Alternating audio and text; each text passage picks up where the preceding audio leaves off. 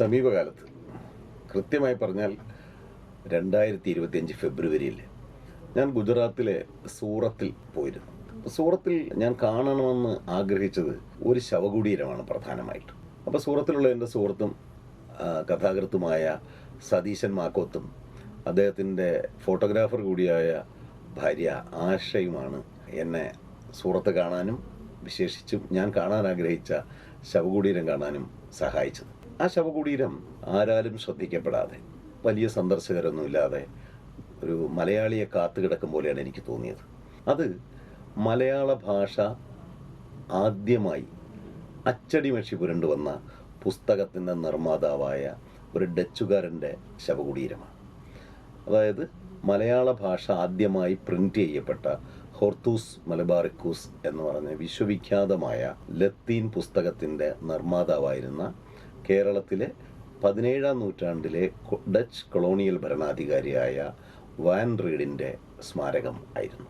ഒരു കാലത്ത് സൂറത്ത് ഇന്ത്യയിലെ കൊളോണിയലിസത്തിൻ്റെയും വിദേശത്തേക്കുള്ള ഇന്ത്യൻ വ്യാപാരത്തിൻ്റെയും ഏറ്റവും പ്രധാനപ്പെട്ട കേന്ദ്രമാണ്. ഇന്നും വജ്ര വ്യാപാരത്തിൻ്റെയും തുണി വ്യാപാരത്തിൻ്റെയും ഇന്ത്യയിലെ ഏറ്റവും പ്രധാനപ്പെട്ട കേന്ദ്രമാണ് സൂറത്ത് നഗരം. ഇവിടെ ഒരു വലിയ ശ്രദ്ധയൊന്നും ഇല്ലാതെ, പൊതുജനങ്ങളുടെയോ ടൂറിസ്റ്റുകളുടെയോ വലിയ ആകർഷണമില്ലാതെ ഒരു ആർമീനിയൻ ശ്മശാനവും ഒരു ഡച്ച് ശ്മശാനവുമുണ്ട്. ഒരു കോമ്പൗണ്ടിൽ തന്നെയാണ് അടുത്തടുത്തായിട്ട് 2 ശ്മശാനങ്ങളുള്ളത്. അവിടെ ഒരു കാലത്ത് ഇഷ്ടം പോലെ ആർമീനിയൻ വ്യാപാരികളും ഡച്ച് കൊളോണിയൽ വ്യാപാരികളും ഉണ്ടായിരുന്നു. ഇവർക്ക് വേണ്ടിയുള്ള ഈ ശ്മശാനമാണ്. ഈ ശ്മശാനത്തിലെ ഏറ്റവും പ്രധാനപ്പെട്ട, ഏറ്റവും രാജകീയമായിട്ടുള്ള ഗംഭീരമായ ശവകുടീരമാണ് മലബാറിലെ, അതായത് കേരളത്തിൽ ഡച്ച് കോളനികളുടെ കമാൻഡറായിരുന്ന Adriaan Hendrik van Rheede tot Drakenstein എന്ന മുഴുവൻ പേരുള്ള വാൻ റീഡിൻ്റെ ശവകുടീരം. പൂർണ്ണമായും മലയാളത്തിൽ അച്ചടിച്ച പുസ്തകമല്ല ഹോർത്തൂസ് മലബാറിക്കൂസ്.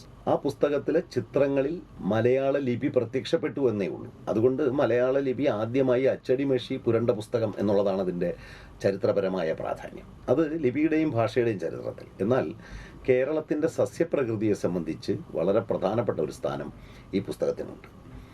കേരളത്തിലെ ഔഷധ സസ്യങ്ങളെക്കുറിച്ച്, അല്ലെങ്കിൽ ഔഷധ ഗുണമുള്ള, ഔഷധത്തിന് വേണ്ടി ഉപയോഗിക്കാവുന്ന സസ്യങ്ങളെക്കുറിച്ചുള്ള ലത്തീൻ ഭാഷയിലുള്ള വിവരണങ്ങളും ചിത്രങ്ങളും അടങ്ങുന്നതാണ് ഹോർത്തൂസ് മലബാറിക്കൂസ്. 1678 മുതൽ 1693 വരെയുള്ള കാലത്തിനിടയിൽ 12 വാല്യങ്ങളായിട്ട് ആംസ്റ്റർഡാമിൽ നിന്നാണ് ഈ പുസ്തകം പ്രസിദ്ധീകരിച്ചിട്ടുള്ളത്. അതിൻ്റെ വലിപ്പം സാധാരണ പുസ്തകത്തിൻ്റെ നമുക്ക് പരിചയമുള്ള കയ്യിൽ ഒതുങ്ങുന്ന ഡിമൈ 1/8 എന്ന് പറയുന്ന സൈസല്ല. അതിനേക്കാൾ വലിയ എൻസൈക്ലോപീഡിയ, അതായത് മാഗസിൻ സൈസിനേക്കാളും വലിയ ഫോളിയോ എന്ന് പറയുന്ന ഒരു പത്രം 2ആയി മടക്കിയതിൻ്റെ വലിപ്പം വരുന്ന ഫോളിയോ സൈസിലാണ് ആ പുസ്തകം അച്ചടിച്ചിട്ടുള്ളത്. ഇന്നത്തെ നിലയിൽ പോലും ഉന്നതമായ നിലവാരമുള്ള പ്രിൻറ്റിങ്ങാണ്. ഇതിന് പിന്നിൽ പ്രവർത്തിച്ചത് അക്കാലത്ത്, അതായത് 17-ാം നൂറ്റാണ്ടിൽ കേരളത്തിലെ ഡച്ച് കോളനിയുടെ അധിപതിയായിരുന്ന, കമാൻഡർ ആയിരുന്ന വാൻ റീഡ് ആയിരുന്നു. അദ്ദേഹം സസ്യശാസ്ത്രജ്ഞനായിരുന്നില്ല. അദ്ദേഹം ഒരു പട്ടാളക്കാരൻ മാത്രമായിരുന്നു. സാധാരണ പട്ടാളക്കാരനായി ഡച്ച് ഈസ്റ്റ് ഇന്ത്യ കമ്പനിയിൽ ചേർന്ന് പടിപടിയായി ഉയർന്ന് കമാൻഡറായി മാറിയ ആളാണ്. പക്ഷേ അദ്ദേഹം കേരളീയരായ ചില വൈദ്യന്മാരുടെ സഹായത്തോടെ കേരളത്തിലെ ഔഷധ സസ്യങ്ങളെക്കുറിച്ചുള്ള വിവരങ്ങൾ ശേഖരിക്കുകയും എന്നിട്ട് വിദേശികളായ ചിത്രകാരന്മാരെ കൊണ്ട് ഇത് വരച്ച് എടുക്കുകയും ചെയ്തു. അദ്ദേഹത്തിൻ്റെ ജീവിതാഭിലാഷമായിരുന്നു ഈ പുസ്തകം പ്രസിദ്ധീകരിക്കുക എന്നുള്ളത്. ഇത് ലത്തീനിൽ കമ്പോസ് ചെയ്ത് പ്രസിദ്ധീകരിച്ചു. ഇതിലെ ചിത്രങ്ങൾ മുഴുവൻ ചെയ്തത് വിദേശികളായ 2 ചിത്രകാരന്മാർ വരച്ച ഈ പടങ്ങൾ ചെമ്പിൽ ആലേഖനം ചെയ്ത്, എൻഗ്രേവിങ് ചെയ്തിട്ട്, കൊത്തിയെടുത്തിട്ട് ആണ് പ്രസിദ്ധീകരിച്ചത്. ബ്ലോക്കായിട്ട് പ്രിൻ്റ് ചെയ്യുന്നു. അപ്പോൾ അതിൽ ഈ ചിത്രങ്ങളിലെല്ലാം അറബി, നമ്മുടെ ദേവനാഗരി, റോമൻ, മലയാളം എന്നീ ലിപികളിൽ ഈ ചെടികളുടെ പേര് എഴുതിയിട്ടുണ്ട്. കൈകൊണ്ട് എഴുതി കൊത്തിയെടുത്തതാണ്. അതുകൊണ്ട് പൂർണ്ണമായി അച്ച് നിരത്തി കമ്പോസ് ചെയ്തെടുത്ത അച്ച് നിരത്തിയുള്ള പ്രിൻറ്റിംഗ് ആണെന്ന് പറഞ്ഞുകൂടാ. ഈ പടങ്ങളുടെ രൂപത്തിലാണ് ഈ മലയാളം വന്നത്. പക്ഷെ ആദ്യമായി മലയാള ലിപി പുസ്തകത്തിൽ അച്ചടിക്കപ്പെട്ടു എന്നുള്ള വലിയ പ്രാധാന്യമുണ്ട്. ഇട്ടി അച്യുതൻ, വിനായക ഭട്ട്, രംഗഭട്ട് എന്നീ 3 വൈദ്യന്മാരുടെ സഹായത്തോടു കൂടിയാണ് വാൻ റീഡ് ഈ സസ്യങ്ങളുടെ മുഴുവൻ മലയാള പേരുകൾ, ഔഷധ ഗുണങ്ങളും മനസ്സിലാക്കിയതും അവർ പറഞ്ഞു കൊടുത്തത് ഒരു പോർച്ചുഗീസ് ഭാഷാവിദഗ്ധൻ എഴുതിയെടുക്കുകയും അത് പിന്നീട് ലത്തീനിലേക്ക് വിവർത്തനം ചെയ്യുകയുമാണ് ഉണ്ടായത്. ഇട്ടി അച്യുതൻ എന്ന് പറഞ്ഞ ചേർത്തലക്കാരനായ വൈദ്യനാണ് ഏറ്റവും വലിയ സംഭാവന ഈ പുസ്തകത്തിൽ ചെയ്തത്. ഈ പുസ്തകത്തിൻ്റെ പ്രത്യേകത ഇതിനകത്ത് ഇ.ടി. അച്യുതൻ സ്വന്തം കൈപ്പടയിൽ എഴുതിയ, അതായത് മലയാളത്തിൽ എഴുതിയത് അച്ചടിച്ചിട്ടുണ്ട്. ഈ പ്രിൻ്റ് ചെയ്തിട്ടുണ്ട്. പ്രിൻ്റ് ചെയ്തു എന്ന് പറയും, അച്ചടിച്ചു എന്ന് പറയുമ്പോൾ ശ്രദ്ധിക്കണം. ബ്ലോക്ക് എടുത്ത് ചെമ്പ് തകിടിൽ കൊത്തി ഒരു പടമായിട്ട്, ഒരു പിക്ടോഗ്രാമായിട്ടാണ് ഈ പുസ്തകത്തിൽ ഉൾപ്പെടുത്തിയിട്ടുള്ളത്. നമ്മളിവിടെ അറിയേണ്ടത്, എന്തിനാണ് ഒരു വെള്ളക്കാരൻ, ഒരു കൊളോണിയൽ ഭരണാധികാരി കേരളത്തിലെ ഔഷധ സസ്യങ്ങളെക്കുറിച്ച് ഒരു പുസ്തകം പ്രസിദ്ധീകരിച്ചത്, അതും ലത്തീൻ ഭാഷയിൽ? അത് 17-ാം നൂറ്റാണ്ടിലെ കൊളോണിയലിസമായിട്ടും വിശേഷിച്ചും കൊളോണിയലിസവും ശാസ്ത്രവും തമ്മിലുള്ള ബന്ധത്തെക്കുറിച്ചും നമുക്ക് ചില ധാരണകൾ ഉണ്ടാകണം. 17-ാം നൂറ്റാണ്ടിൽ വികസിച്ചു വന്ന, പ്രത്യേകിച്ച് 18-ാം നൂറ്റാണ്ടിൽ പൂർണ്ണ വികാസമെത്തിയ ഒന്നാണ് കൊളോണിയൽ ബോട്ടണി എന്ന് ഇന്ന് നാം പേരിട്ട് വിളിക്കുന്ന സസ്യശാസ്ത്രം. അത് സസ്യശാസ്ത്രത്തിലെ ഒരു പ്രത്യേക ഘട്ടമാണ് കൊളോണിയൽ ബോട്ടണി. യൂറോപ്യന്മാർ വികസിപ്പിച്ച സസ്യശാസ്ത്രത്തിന് അവർക്ക് കൂടുതൽ സാമ്പിൾസ് കിട്ടേണ്ടിയിരുന്നത് ഉഷ്ണമേഖലാ രാജ്യങ്ങളിൽ നിന്നും ഏഷ്യൻ രാജ്യങ്ങളിൽ നിന്നുമാണ്. ഈ ഏഷ്യൻ രാജ്യങ്ങളിൽ നിന്നുള്ള ഈ സസ്യങ്ങളുടെ ഔഷധ ഗുണങ്ങളെ മെഡിസിനാക്കി പരിവർത്തിപ്പിച്ച് തങ്ങളുടെ ആവശ്യത്തിനും വ്യാപാര ആവശ്യത്തിനും ഉപയോഗിക്കുക എന്നുള്ളതായിരുന്നു ഇതിൻ്റെ പിന്നിലുള്ള കൊളോണിയൽ ലക്ഷ്യം. അപ്പോൾ അവരുടെ എല്ലാ കോളനി സ്ഥാപിച്ച വൈദേശിക ശക്തികളുടെയും ഉദ്ദേശം കച്ചവടം മാത്രമായിരുന്നു. അങ്ങനെ ഔഷധ വ്യാപാരം എന്നൊരു വാണിജ്യ ലക്ഷ്യം അതിൻ്റെ പിന്നിലുണ്ട്. അതിൻ്റെ ഭാഗമായിട്ട് ഏറ്റവും കൂടുതൽ ഒരു ശ്രീലങ്ക കേന്ദ്രീകരിച്ചാണ് ഡച്ചുകാർ കൊളോണിയൽ ബോട്ടണി വികസിപ്പിച്ചത്. 17-ാം നൂറ്റാണ്ടിലും 18-ാം നൂറ്റാണ്ടിലും സസ്യശാസ്ത്രത്തിന് ഏറ്റവും ഉയർന്ന സംഭാവനകൾ ചെയ്തത് ഡച്ചുകാരും സ്വീഡൻകാരുമാണ്. സ്വീഡിഷ് ശാസ്ത്രജ്ഞനായ കാറൽ ലിന്നേയസിനെ എല്ലാവർക്കും അറിയാം. കാൾ ഫോൺ ലിന്നി എന്ന് ലത്തീനിൽ പറഞ്ഞ കാറൽ ലിനേയസ് എന്ന് പറഞ്ഞ സസ്യശാസ്ത്രജ്ഞനാണ് സസ്യവർഗീകരണ ശാസ്ത്രം അല്ലെങ്കിൽ ടാക്സോണമിക്ക് അടിത്തറ പാകിയ വിദഗ്ധൻ. അദ്ദേഹത്തിന് ഉഷ്ണമേഖലാ സസ്യങ്ങളെക്കുറിച്ചുള്ള ഏറ്റവും കൂടുതൽ വിവരങ്ങൾ ലഭിച്ചത് വാൻ റീഡ് തയ്യാറാക്കിയ നമ്മുടെ ഹോർത്തൂസ് മലബാറിക്കോസിൽ നിന്ന് ആണ്. ഹോർത്തൂസ് മലബാറിക്കോസ് എന്ന വാക്കിൻ്റെ അർത്ഥം കേരളത്തിൻ്റെ പൂന്തോട്ടം അല്ലെങ്കിൽ കേരളാരാമം. ഇവിടെ മലബാറിക്കൂസ് എന്ന് പറയുന്നത് മലബാർ എന്നുള്ള അർത്ഥത്തിൽ ഇന്ന് നമ്മൾ മലബാർ എന്ന് പറയുന്ന വടക്കൻ കേരളത്തിലെ പ്രദേശങ്ങളെ ഉദ്ദേശിച്ചല്ല, മൊത്തം കേരളം എന്നുള്ള അർത്ഥത്തിലാണ് പണ്ട് മലബാറിന് ഉപയോഗിച്ചിരുന്നത്.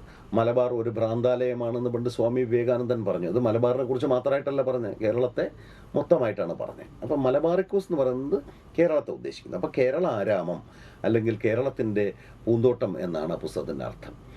ഹോർത്തൂസ് മലബാറിക്കൂസിൻ്റെ ദീർഘചരിത്രത്തിൽ വലിയൊരു സ്ഥാനം KS മണിലാൽ എന്ന കാലിക്കറ്റ് യൂണിവേഴ്സിറ്റിയിലെ പഴയ സസ്യശാസ്ത്ര പ്രൊഫസർക്ക് കൂടി ഉണ്ട്. കാരണം ഇന്ന് ഹോർത്തൂസ് മലബാറിക്കൂസ് അതേപടി മലയാളത്തിൽ പരിഭാഷ ചെയ്ത് ഇംഗ്ലീഷിലും മലയാളത്തിലുള്ള പരിഭാഷ കേരള സർവകലാശാല പ്രസിദ്ധീകരിച്ചിട്ടുണ്ട്. ഈ പുസ്തകത്തിൻ്റെ ഈ മുഴുവൻ ജോലിയും ചെയ്തത്, ഇതിൻ്റെ വിവർത്തനം ചെയ്തത്, ലത്തീൻ പഠിച്ച് പ്രൊഫസർ KS മണിലാലാണ്. അദ്ദേഹം ഇന്ന് നമ്മോടൊപ്പം ഇല്ല, അദ്ദേഹം സമീപകാലത്ത് മരിച്ചുപോയി. 35 കൊല്ലം തുടർച്ചയായി അദ്ദേഹം ഈ പുസ്തകത്തിന്മേൽ അധ്വാനിച്ചാണ് ആ പരിഭാഷ തയ്യാറാക്കിയത്. അതിലുപയോഗിച്ചിരിക്കുന്ന ആ ലത്തീൻ മനസ്സിലാക്കുന്നതിന് വേണ്ടി ലത്തീൻ ഭാഷ അദ്ദേഹം പഠിച്ചു. അത് മഹത്തായ, അദ്ദേഹത്തെ ഒന്നും അധികം പേർക്ക് അറിയുന്ന ആളല്ല. സസ്യശാസ്ത്ര മേഖലയിൽ മാത്രമാണ് അദ്ദേഹം സ്മരിക്കപ്പെടുന്നത്. പക്ഷേ കേരളത്തിൻ്റെ സംസ്കാരത്തിൻ്റെ ചരിത്രത്തിൽ വലിയ പ്രാധാന്യം പ്രൊഫസർ KS മണിലാലിനുണ്ട് എന്നത് നമ്മൾ കാണാതെ പോയിക്കൂടാ. ഞാൻ എന്തായാലും വാൻ റീഡിൻ്റെ കഥയിലേക്ക് വരട്ടെ. സാധാരണ പട്ടാളക്കാരനായിരുന്ന, സസ്യശാസ്ത്രജ്ഞനല്ലായിരുന്ന വാൻ റീഡ് തൻ്റെ കമ്പനിയായ ഈസ്റ്റ് ഇന്ത്യ കമ്പനിയുടെ കൊളോണിയൽ ലക്ഷ്യങ്ങൾക്ക്, വാണിജ്യ ലക്ഷ്യങ്ങൾക്ക് വേണ്ടി പൗരസ്ത്യ ദേശത്തെ ഉഷ്ണമേഖലയിലെ കേരളത്തിലെ സസ്യങ്ങളെ ശേഖരിക്കുകയും ആംസ്റ്റർഡാമിലേക്ക് അയക്കുകയും ഒക്കെ ചെയ്തിരുന്നു. അവയുടെ മെഡിസിനൽ പ്രോപ്പർട്ടികൾ മനസ്സിലാക്കിയിട്ട് മാത്രമേ ഇതുകൊണ്ട് അവർക്ക് പ്രയോജനമുള്ളൂ. അതിനുവേണ്ടിയാണ് ഈ പുസ്തകം ഉണ്ടാക്കിയത്. പക്ഷേ അതിലൂടെ മലയാള സംസ്കാരത്തിന് അതൊരു വലിയ സംഭാവനയായി മാറി. വാൻ റീഡ് ഇന്ത്യയിൽ ജോലി ചെയ്തു, ശ്രീലങ്കയിൽ ജോലി ചെയ്തു. പക്ഷേ ശ്രീലങ്കയിലെ അന്നത്തെ ഏഷ്യൻ കോളനികളുടെ ഡച്ച് മേധാവിയുമായിട്ട് അദ്ദേഹം പിണങ്ങിപ്പിരിയുകയും അദ്ദേഹം തൻ്റെ സ്വന്തം നാട്ടിലേക്ക് മടങ്ങിപ്പോവുകയും ചെയ്തു. അവിടെ ചെന്നിട്ട് അദ്ദേഹം വീണ്ടും ഹോർത്തൂസ് മലബാറിക്കൂസ് അച്ചടിച്ച് പ്രസിദ്ധീകരിക്കാനുള്ള ശ്രമങ്ങൾ തുടങ്ങി. പക്ഷേ 2 വലിയ പ്രസിദ്ധീകരിക്കുമ്പോഴേക്കും അദ്ദേഹം വീണ്ടും ഡച്ച് ഈസ്റ്റ് ഇന്ത്യ കമ്പനിയുമായിട്ട് അടുക്കുകയും ഇന്ത്യയിലേക്ക് മടങ്ങി വരികയും ചെയ്തു. മടങ്ങി വരുന്നതിന് ശേഷം അദ്ദേഹത്തിന് ഇവിടെ ലഭിച്ച ജോലി ഡച്ചുകാരുടെ ഈ കമ്പനിയുടെ പല പ്രദേശങ്ങൾ, അതിൽ പ്രധാനപ്പെട്ട ആസ്ഥാന സൂറത്തായിരുന്നു. ഈ ഡച്ചുകാർ കോളനി നടന്നതൊക്കെ ഈ കമ്പനിയുടെ ജോലിക്കാരായി വരുന്ന ഒരു വളരെയധികം അഴിമതി ഇവിടുത്തെ കച്ചവടത്തിൽ നടത്തിയിരുന്നു. ഈ അഴിമതി മുഴുവൻ കണ്ടുപിടിച്ച് പരിഹരിച്ച് ശിക്ഷിക്കേണ്ടവരെ ശിക്ഷിക്കുന്ന ഉദ്യോഗസ്ഥൻ എന്നുള്ള നിലയിലാണ് 2ാം വട്ടം അദ്ദേഹം മടങ്ങി വന്നത്. 1690 അദ്ദേഹം ശ്രീലങ്കയിലെത്തി. അവിടെ നിന്ന് തിരുവിതാംകൂറിലെത്തി. 1692 അദ്ദേഹം തിരുവിതാംകൂറിലും കൊച്ചിയിലും എത്തി ദീർഘനാൾ ചെലവിട്ടു. അതിനുശേഷം അദ്ദേഹം നേരെ സൂറത്തിലേക്ക് അറബിക്കടലിലൂടെ പുറപ്പെട്ടു. ആ യാത്രയിൽ വഴിയിൽ വെച്ച് അദ്ദേഹത്തിന് അസുഖബാധ ഉണ്ടാവുകയും ബോംബെയ്ക്ക് അടുത്ത് വെച്ച് 1692 ഡിസംബർ 24 ആ ക്രിസ്മസ് ഈവിന് അദ്ദേഹം കപ്പലിൽ വെച്ച് തന്നെ മരിക്കുകയും ചെയ്തു.